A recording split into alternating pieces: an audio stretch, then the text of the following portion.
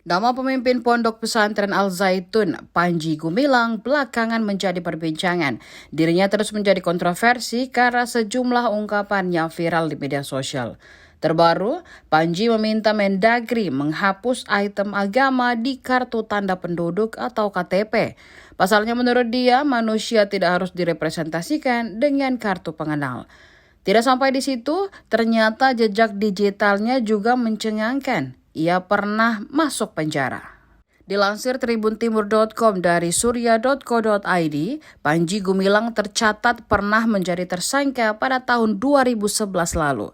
Ia terjerat kasus pemalsuan dokumen pengurusan Yayasan Pesantren Indonesia atau YPI.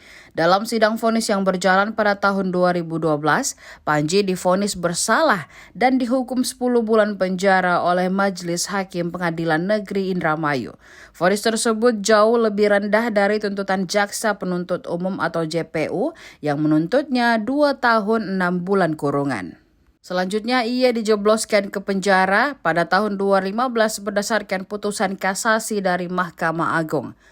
Selain pernah di penjara, Panji juga pernah melakukan kebijakan kontroversi di pesantrennya. Ia pernah memecat 116 guru pengajarnya. Setelah dipecat, para guru itu tidak diizinkan untuk masuk ke kawasan pesantren lagi, meski untuk mengklarifikasi. Diketahui para guru tersebut menduga bahwa Panji melakukan korupsi dana bantuan operasional sekolah atau dana BOS. Mereka pun melaporkan Panji ke beberapa pihak termasuk Ombudsman. Kepada Ombudsman, mereka melaporkan Panji atas dugaan tindakan maladministrasi yang dilakukan oleh pihak pesantren.